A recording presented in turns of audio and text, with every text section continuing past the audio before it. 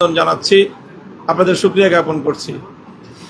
আপনারা জানেন যে চলমান রাজনৈতিক পরিস্থিতি নিয়ে বাংলাদেশের দেশপ্রেমিক বিভিন্ন রাজনৈতিক দলের যৌথ পথ চলা শুরু বেশ অনেক দিন ধরে। বিশেষ করে এই 8টি রাজনৈতিক দল তারা অভিন্ন কর্মসূচি নিয়ে বেশ অনেক দিন ধরে রাজপথে যুগপৎ আন্দোলনে রয়েছে। আজ সেই যুগপৎ কর্মসূচি এবং যুগপৎ আন্দোলনের একটি গুরুত্বপূর্ণ পর্যায়ে আমরা এখানে এসে উপনীত হয়েছি। এখন বাংলাদেশ আগামী ত্রয়োদশ জাতীয় সংসদ নির্বাচনের একেবারেই দ্বার প্রান্তে উপনীত। এই সময়ে জুলাই বিপ্লবকে কেন্দ্র করে বাংলাদেশের মানুষ যে নতুন স্বপ্ন দেখেছিল, সেই নতুন স্বপ্ন পূরণের, নতুন বন্দোবস্ত বাস্তবায়নের যে কমিটমেন্ট রাজনীতিবিদদের, রাজনৈতিক দলসমূহের এবং বিশেষ করে বর্তমান যে অন্তর্বর্তীকালীন সরকার ক্ষমতাসীন তাদের যে কমিটমেন্ট ছিল, সেই কমিটমেন্ট বাস্তবায়নের একটা চূড়ান্ত মুহূর্ত। আমরা সমমনা রাজনৈতিক দল বিগত অনেক দিন ধরে 5 দফা দাবি নিয়ে আমরা যুগপৎ কর্মসূচিতে রয়েছি। আজকের এই প্রেক্ষিতে 8টি দলের শীর্ষ বৈঠক অনুষ্ঠিত হয়েছে। সেই শীর্ষ বৈঠক থেকে আমরা আমাদের সেই পূর্ব ঘোষিত যে 5 দফা, সেই 5 দফার কিছু বিষয়কে আমরা আরো গুরুত্বের সাথে আপনাদের মাধ্যমে জাতির সামনে উপস্থাপন করতে চাচ্ছি। আমরা আমাদের সেই 5 দফায় অনড় রয়েছি। আমাদের আন্দোলন বিশেষ করে সর্বশেষ এখন জাতির যে সবচেয়ে গুরুত্বপূর্ণ এজেন্ডা, দেশের মানুষের যে অভিপ্রায় এবং ইচ্ছা, সেটা হলো যে জুলাই বিপ্লবের অর্জনকে ঘরে তোলা। জুলাই বিপ্লবের প্রেক্ষিতে যেই জুলাই সনদ প্রণীত হয়েছে ঐক্যমত্যের ভিত্তিতে, সেই জুলাই সনদের আইনি ভিত্তি প্রদান, এটা আমাদের দীর্ঘদিনের প্রত্যাশা, জাতির প্রত্যাশা। সে আইনি ভিত্তি প্রদানের রূপরেখাও ইতিমধ্যে নির্ধারিত হয়েছে এবং সেই রূপরেখার ভিত্তিতে আজকে আমরা আপনাদের মাধ্যমে সমমনা দেশপ্রেমিক 8টি রাজনৈতিক দল থেকে আমরা স্পষ্ট ঘোষণা করছি যে অনতিবিলম্বে জুলাই সনদের আদেশ জারি করতে হবে। অনতিবিলম্বে জুলাই সনদ বাস্তবায়নের আদেশ জারি করতে হবে। জাতীয় নির্বাচনের আগে পৃথকভাবে জুলাই সনদ বাস্তবায়নের গণভোট আয়োজন করতে হবে। আবার বলছি, জাতীয় নির্বাচনের পূর্বেই পৃথকভাবে জুলাই সনদ বাস্তবায়নে গণভোট আয়োজন করতে হবে। আর সংশোধিত যে আরপিও, সেই সংশোধিত আরপিও হুবহু বহাল রাখতে হবে।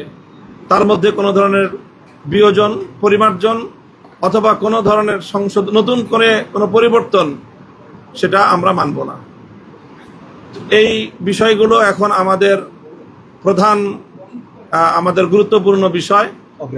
অগ্রাধিকার ভিত্তিতে আমরা এই 3টি বিষয়কে জাতির সামনে উপস্থাপন করছি এবং এই বিষয়গুলো বাস্তবায়নের ক্ষেত্রে আমরা ধাপে ধাপে আমাদের পদক্ষেপ, আমরা প্রত্যেক দল নিজ নিজ দলীয়ভাবে এবং যুগপৎভাবে আমরা এই দাবিগুলো আদায়ের জন্য আমরা কর্মসূচি ঘোষণা করব, কর্মসূচি বাস্তবায়ন করব।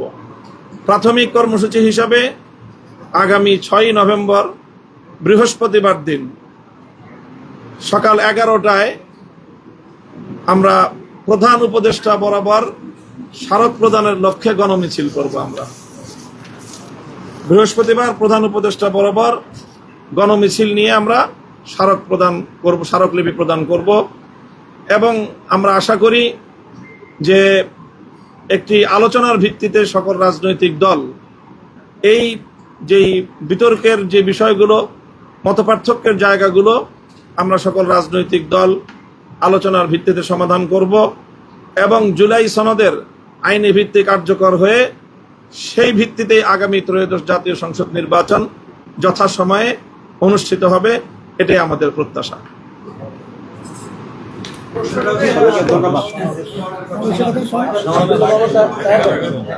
আমাদের গণমিছিলের সময় হলো বৃহস্পতিবার 6 নভেম্বর সকাল 11টা, রাজধানীর পল্টন মোড়।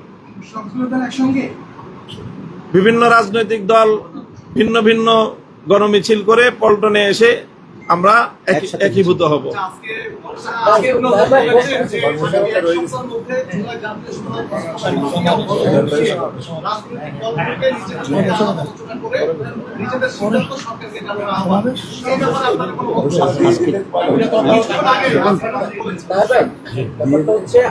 যদি না হয় আমাদের দাবি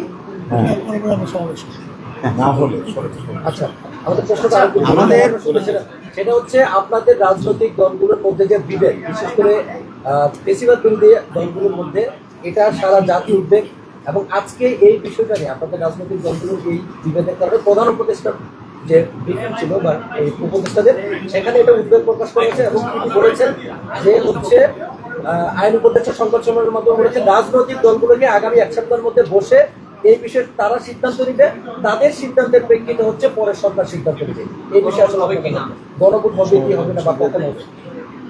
এটা আগে আরেকটা ঘোষণা আছে, যে আমরা আপনাদের জ্ঞাতার্থে বলছি যে আমরা আন্তরিক, রাজনৈতিক দলগুলো আলোচনার মাধ্যমে তারা একটা একমতের জায়গায় পৌঁছবে, আমরা সেই স্পেস রাখতে চাই এবং সেই স্পেস নিয়ে আমরা আন্তরিকতার সাথে অগ্রসর হয়ে যাচ্ছি।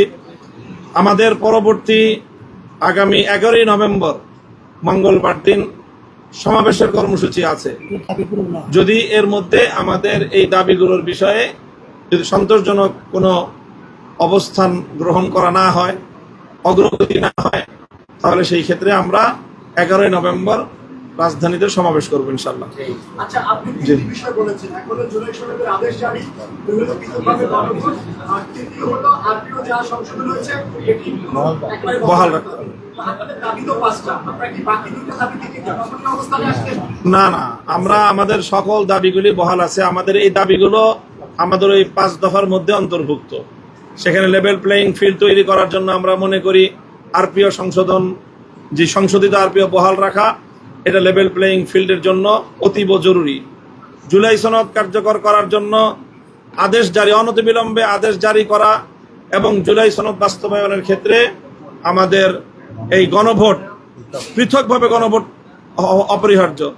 আমাদের যে পিআর বিষয়ে যে আলোচনা ছিল, সেই জায়গায় আমরা পরিষ্কার যে যদি জুলাই সনদ যথাযথভাবে বাস্তবায়িত হয় তাহলে উচ্চ কক্ষে পিআর পদ্ধতি এমনিতেই কার্যকর হচ্ছে।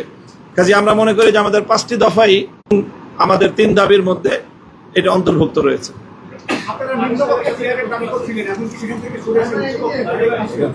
না, আপনারা দেখেছেন যে আমরা যে পিআর দাবি করেছি, পিআরের 2টা অংশ, একটা হচ্ছে উচ্চকক্ষে পিআর আর হচ্ছে নিম্নকক্ষে পিআর। উচ্চকক্ষে পিআরের ক্ষেত্রে আমাদের যে 8 দল আছে তার ভিতরে একটি অংশ উচ্চকক্ষে পিআর চান, আর আমাদের ইসলামী আন্দোলন, বাংলাদেশ জামাত ইসলামী সহ আমরা কয়েকটি উভয় পক্ষে পিআর চাই। দাবি হিসাবে আমাদের উভয়কের দায়িত্ব আমরা যারা চাচ্ছি সেটা অব্যাহত থাকবে, আর যারা উচ্চকক্ষের দাবি করছেন তার সাথে পুরা জাতির সরকারও সেটা চাচ্ছে, সেটা সেইভাবে সনদের মাধ্যমে যদি এটা গৃহীত হয়, আদেশ জারি হয়, তাহলে এটা এমনিতে বাস্তবায়ন হয়ে যাবে। তো এইটাই হচ্ছে আমাদের এখনকার স্ট্যান্ডিং। ভাই, আপনারা সিদ্ধান্ত নিয়েছেন, আলোচনা করে যে সিদ্ধান্ত, গতকাল আলোচনার আহ্বান জানিয়েছেন, এখন ব্যাপারটা হলো যে সিদ্ধান্ত যেহেতু সরকারও আপনাদের দিকেই তাকিয়ে আছে, সেই প্রক্রিয়াটা কি হবে এবং আপনারা কি ভাবছেন সেটা কিরকম ভাবে আপনারা কি বিএনপির সঙ্গে? আমি তো গতকালকেই একটা আলোচনার আহ্বান করেছিলাম দলগুলোর ভিতরে। আজকে উপদেষ্টা পরিষদ সেরকম একটি আহ্বানের সকল দলের কাছে জানিয়েছে। আমরা এখন দেখতে চাই মেন স্টেক হোল্ডার, মৌলিকভাবে যে সমস্ত দল আছেন তারা এই আহ্বানকে কীভাবে সাড়া দেয়। তো তারাও যদি একইভাবে আমাদের মতো সাড়া দেয় তাহলে আমরা সকলেই বসতে কোনো আপত্তি নেই, এবং বসলেই আমি আশা করি যে একটা রাস্তা বেরিয়ে আসবে ইনশাল্লাহ। 1, 2, উপদেষ্টা কমিটি যে সিদ্ধান্ত নিয়েছে সেটাকে আমরা স্বাগত জানাই, কিন্তু একটা বিষয় যোগ করতে চাই, কারণ হচ্ছে উপদেষ্টা পরিষদ যদি এটা মনে করে যে তাদের আর কোনো দায়িত্ব নাই, তারা কিছুই করবে না, দলগুলোই মিলে করবে, তাহলে এখানে একটা রেফারির অভাব হতে পারে। তো সেজন্য আমি বলছি আমরা চেষ্টা করব উপদেষ্টা পরিষদের পক্ষ থেকে বিশেষ করে চিফ অ্যাডভাইজার এখানে একটা রেফারির ভূমিকা পালন করবেন আগের মতো, এটা আমি আশা করি। হ্যাঁ ভাই, একটা বিষয় হচ্ছে দলগুলি তো হচ্ছে ফেসিবাদ বিরুদ্ধে আন্দোলনে এককভাবে বসে একটা সিদ্ধান্ত পৌঁছাতে পেরেছে রাষ্ট্রের স্বার্থে বা জাতির স্বার্থে। এখন এমন কি হলো এই দলগুলোর মধ্যে যে বসে একটা আলোচনার মাধ্যমে আপনারা সিদ্ধান্ত নিতে পারছেন না? এ আসলে মূল কারণটা জাতি জানতে চাচ্ছে, কোথায় আপনাদের না, এখানে তো আমরা সব একমত হয়েছি। একটি দল হঠাৎ করে তারা যে ঐক্যমতে আমরা পৌঁছেছিলাম সেখান থেকে সরে আসছে এবং তাদের দলের ভিতরেও ভিন্ন ভিন্ন বক্তব্য আছে। কোনটা ওনাদের দলীয় বক্তব্য এটা কিন্তু আমরা কনফিউজ, কারণ ওনাদের কেউ বলছে যে সনদ আমাদের সংস্কার আমাদের দরকারই নেই, কেউ আবার বলেছেন যে আমরা তো সনদ চাই কিন্তু আমাদের নোট অফ ডিসেন্ট থাকতে হবে, কেউ আবার বলেছেন যে ঠিক আছে এগুলোর আইনি ভিত্তি দেওয়ার জন্য পরে আমরা একসাথে গণভোট করে আমরা চেষ্টা করব।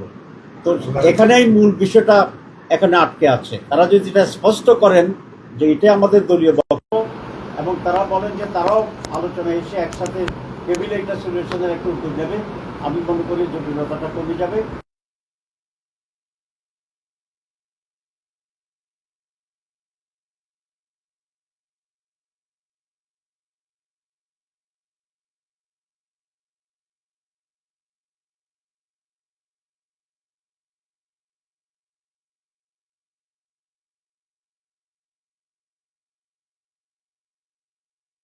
যাবে যদি একসাথে করার যে ষড়যন্ত্রটা বা একটা কৌশল, সেটা হলে আপনারা দেখবেন যে ওই দিন আনা ভোটের ব্যাপারে কোনো কারো মনোযোগ থাকবে না, কারোর মনোযোগ থাকবে ধানের শীষ, কারোর মনোযোগ থাকবে হাত পাকা, কারো মনোযোগ থাকবে তার নিজস্ব দল, কারণ সেদিন একটা ভোটও তার জন্য গুরুত্বপূর্ণ। তো দেখা যাবে আমরা মার্কা নিয়ে আসছি, গণভোট সেখানে কোনো গুরুত্ব পাবে না, তখন তারা বলবে যে মানুষ তো এটা চায় নাই সুতরাং গণভোট হতে পারে। এরকম একটা কৌশল আমরা আশঙ্কা করি।